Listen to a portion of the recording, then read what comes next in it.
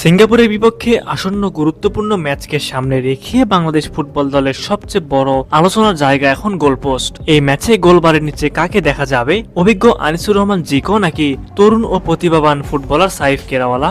এই প্রশ্ন ঘুরপাক খাচ্ছে সমর্থক, বিশ্লেষক ও ফুটবল মহলে। প্রথমেই কথা বলা যাক আনিসুর রহমান জিকোকে নিয়ে। বাংলাদেশের ফুটবলে পরিচিত ও প্রতীক্ষিত এক নাম তিনি। আন্তর্জাতিক ম্যাচ খেলার অভিজ্ঞতা, চাপের মুহূর্তে ঠান্ডা মাথায় সিদ্ধান্ত নেওয়ার ক্ষমতা এবং ডিফেন্সকে সংগঠিত করার দক্ষতা, এই সবকিছুই জিকোর বড় শক্তি। একাধিক গুরুত্বপূর্ণ ম্যাচে তার সেভ বাংলাদেশকে রক্ষা করেছে। বিশেষ করে শক্ত প্রতিপক্ষের বিপক্ষে ম্যাচে অভিজ্ঞ গোলরক্ষকের প্রয়োজনীয়তা সবসময়ই আলাদা গুরুত্ব দেয়। সেই জায়গা থেকে জিকো এখনো বাংলাদেশের জন্য মূল্যবান একজন খেলোয়াড়। তবে বাস্তবতা হলো, সাম্প্রতিক কিছু বিতর্কিত ঘটনার কারণে তাকে জাতীয় দলের বাইরে থাকতে হয়েছে। শৃঙ্খলা ও আচরণগত বিষয়গুলো আধুনিক ফুটবলে অত্যন্ত গুরুত্বপূর্ণ, বিশেষ করে জাতীয় দলের ক্ষেত্রেও। যদিও এসব কারণে তিনি দলে নেই, তবুও তার গোলকিপিং দক্ষতা নিয়ে কোনো প্রশ্ন নেই। যদি তিনি নিজেকে ফিট রাখেন, ফর্মে থাকেন এবং আচরণগত দিক থেকে ইতিবাচক পরিবর্তন আনেন, তাহলে গুরুত্বপূর্ণ আন্তর্জাতিক ম্যাচে যেমন সিঙ্গাপুরের বিপক্ষে তাকে আবারও বিবেচনায় আনা যেতেই পারে, কারণ অভিজ্ঞতা অনেক সময় ম্যাচের ভাগ্য গড়ে দেয়।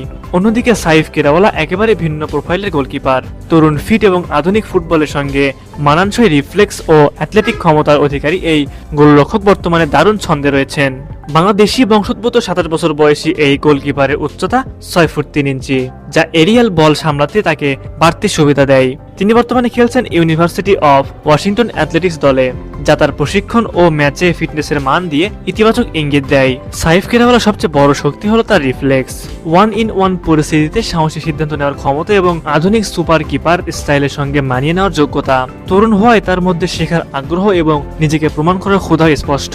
বাংলাদেশের গোলকিপিং সমস্যার দীর্ঘমেয়াদী সমাধান হিসেবে বাহুবে চাইলে তাকে আগামী মার্চ থেকে জাতীয় দলের হয়ে খেলানোর পরিকল্পনা করতে পারে। তবে আন্তর্জাতিক অভিজ্ঞতার অভাব এই মুহূর্তে তার সবচেয়ে বড় চ্যালেঞ্জ। সব মিলিয়ে সিঙ্গাপুর ম্যাচে গোল পোস্টে কাকে দরকার, এই প্রশ্নের উত্তর সহজ নয়। এখন প্রশ্নটা আপনাদের, সিঙ্গাপুরকে হারাতে বাংলাদেশের জন্য এই মুহূর্তে কি বেশি প্রয়োজন? অভিজ্ঞ আনিসুর রহমান জিকো নাকি তরুণ ও উদীয়মান সাইফ কেরাওয়ালা? এই বিষয়ে আপনারা কি ভাবছেন তা আমাদের অবশ্যই কমেন্ট করে জানাবেন।